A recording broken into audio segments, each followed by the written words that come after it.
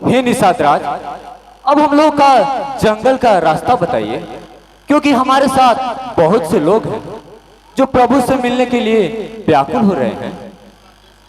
जैसे आज्ञा महाराज, चलिए।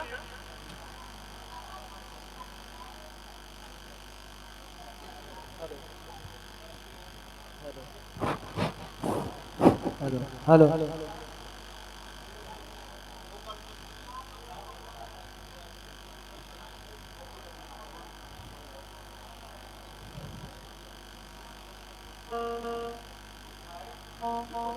ओ वन की भूमि, तुम धन्य हो जहां प्रभु अपने चरणों को रखा, और एक मैं अभागा हूं कि प्रभु के साथ जंगल जाने का नहीं हो सका।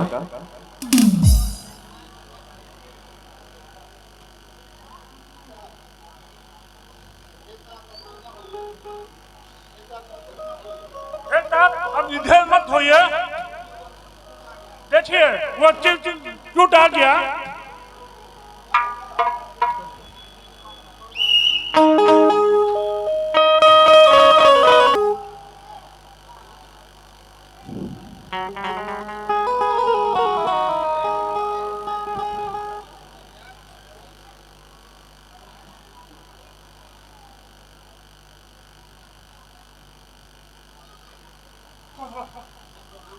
प्रभु देखिए, भरत जी सेना के साथ लड़ने के लिए आ रहे हैं।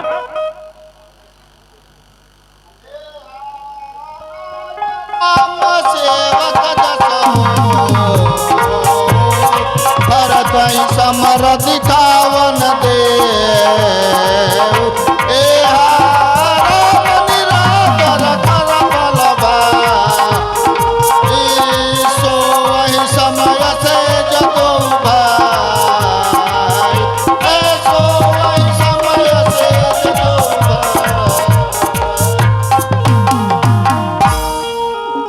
नाथ, मैं आपके चरणों की सौगंध खाकर कहता हूँ, यदि मैं सुमित्रा का पुत्र होऊंगा तो भरत का गर्व मिटाकर दोनों भाइयों को रणशैया पर सुला दूंगा। हे नाथ, आप मुझे आज्ञा दें। हे लखनलाल जी, भरत ऐसा नहीं कर सकता, क्योंकि भरत जैसा भाई होना कठिन है। हे लखनलाल, तुम भरत के स्वभाव को नहीं जानते। जैसे हंस दूध को पानी से अलग कर देता है, वैसा ही भरत। अतः हे लखनलाल, अभी आप भरत के प्रति ऐसा विचार न लाए।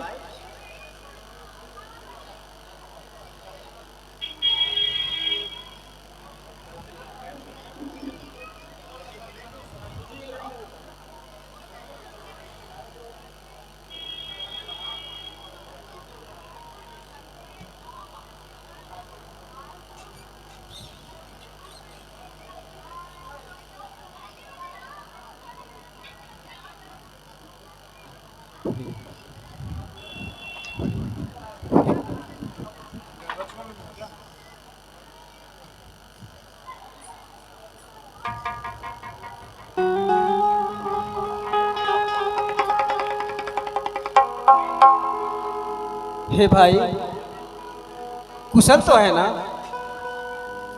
हे प्रभु, आप मेरी कुशलता क्या पूछते हैं? आप तो मुझे छोड़कर जंगल चले आए। अब आप ही बताइए कि मेरे जैसा भागा इस दुनिया में कौन है? मैं बहुत बड़ा पापी हूं, जो मेरे ही कारण आप लोग तपस्वी रूप में जंगल के खाक छानते हैं। हे प्रभु, मेरी माता कैकेयी के अपराधों को क्षमा कर आप शीघ्र अयोध्या लौट चले और वहां का राज्य कार्य संभाले तथा प्रजा के कलेशों को मिटाए। हे भरत, मैं तुम्हारे दुखों को समझता, परंतु बन जाने की आज्ञा माता की उन्नत पद दिखलाती। हे तात, मैं भी वचनबद्ध, संग्रह से त्याग बहुत अच्छा है। और तुम क्षमा के लिए कहते हो तो हम किसको क्षमा करें? माँ को? अरे माँ तो खुद निष्कलंक तथा हम चारों भाइयों की जगदम्बा जननी सी है। हे भाई, एक बार निश्चय कर टालना दुर्बलता है। हे भरत, तुम संकोच त्यागो, जाओ और राजकाज संभालो। हे प्रभु, मेरी भी कुछ विनती स्वीकार कीजिए। हे प्रभु, सूर्यकुल में ऐसी रीति है कि बड़े भाई के रहते छोटा भाई राज नहीं ले सकता, अतः मैं किसी भी मूल्य पर राज नहीं लूंगा।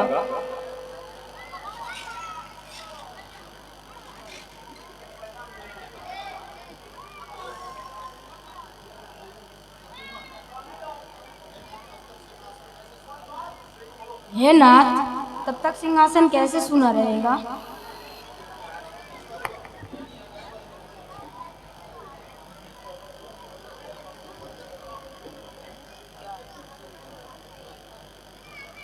इसकी कुछ व्यवस्था किया जाए।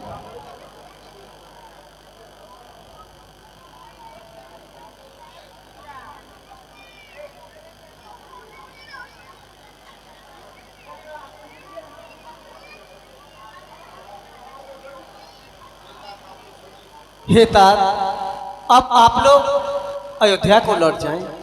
यह मेरा आप सभी से अनुरोध है।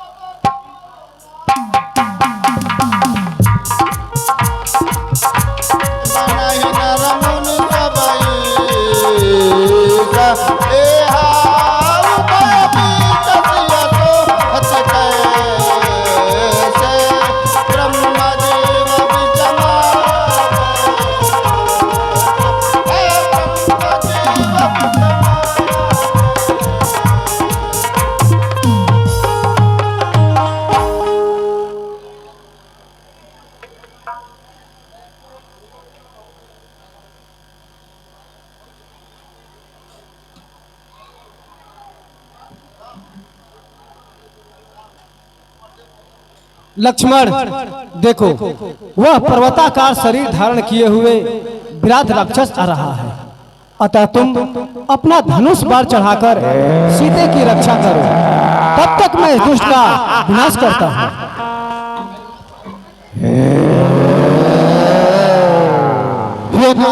आपकी जैसी आज्ञा।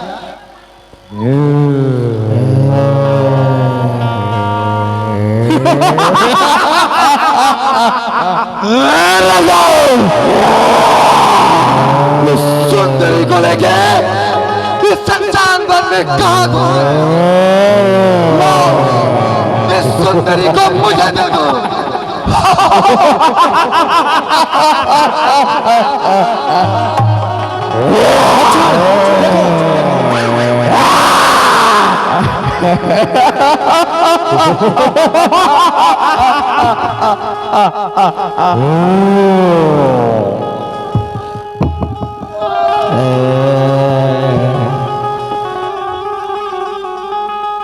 अरे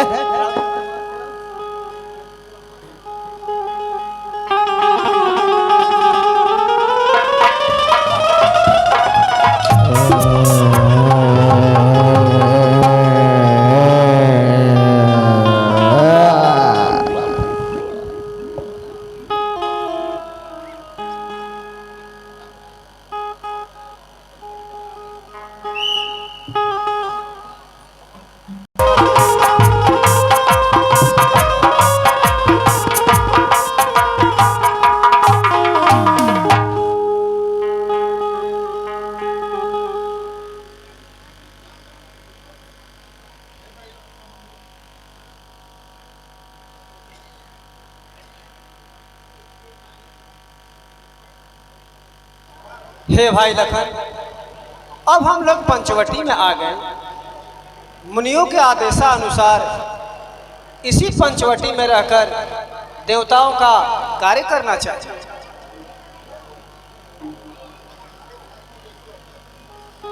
आपकी जैसी आज्ञा।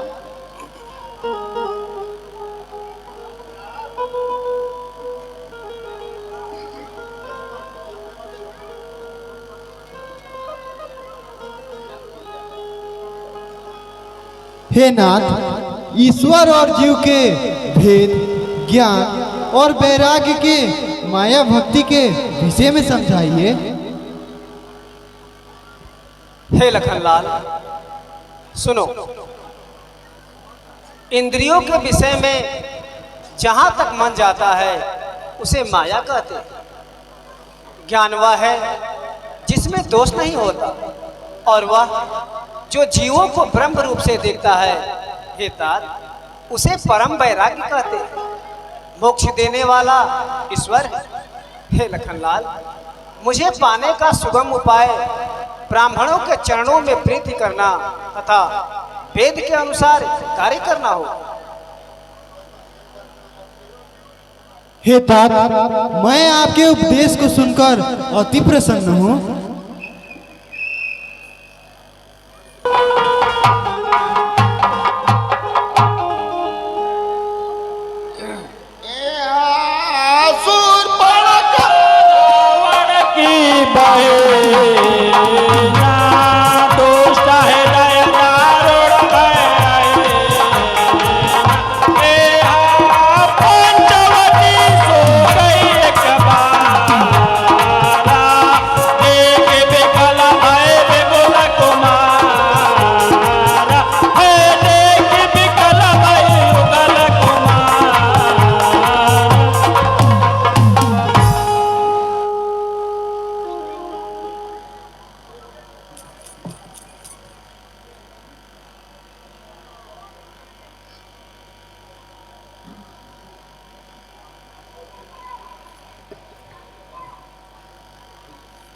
हे राम, मेरे समान नारी और आपके समान पुरुष इस दुनिया में कोई नहीं है।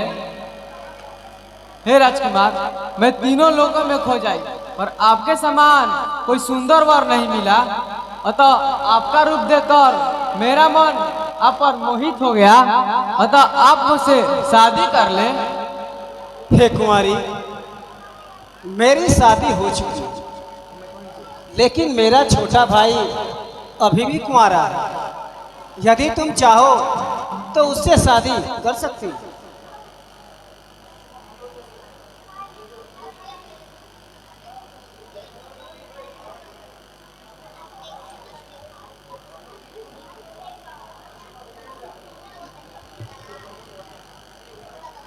हे लखनलाल, तुम मुझसे शादी कर लो, क्योंकि तुम्हारे बड़े भाई की शादी हो चुकी है। मैं तुम्हारे साथ रहकर तुम्हारी सेवा करूंगी।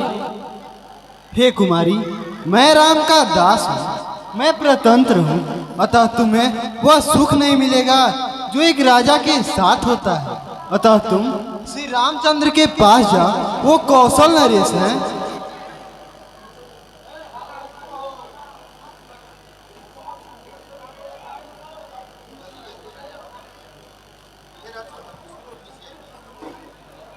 हे राजकुमार, तुम मुझसे शादी क्यों नहीं करते? क्या मैं तुम्हारी स्त्री से कुरूप हूँ? अरे शादी करके तुम मुझे पटरानी बनाकर रखना, पटरानी। हे कुंवारी, मैं तुमसे पहले ही बता चुका हूँ कि मेरी शादी हो चुकी है। मैं तुमसे शादी नहीं कर सकता। तो क्या आप मुझसे शादी नहीं करेंगे? नहीं, मैं बार बार कहता हूँ कि तुमसे शादी नहीं करूँगा, और नहीं मानोगी तो इसका फल अच्छा नहीं होगा। अच्छा, इसका मजा मैं अभी चखाती हूँ।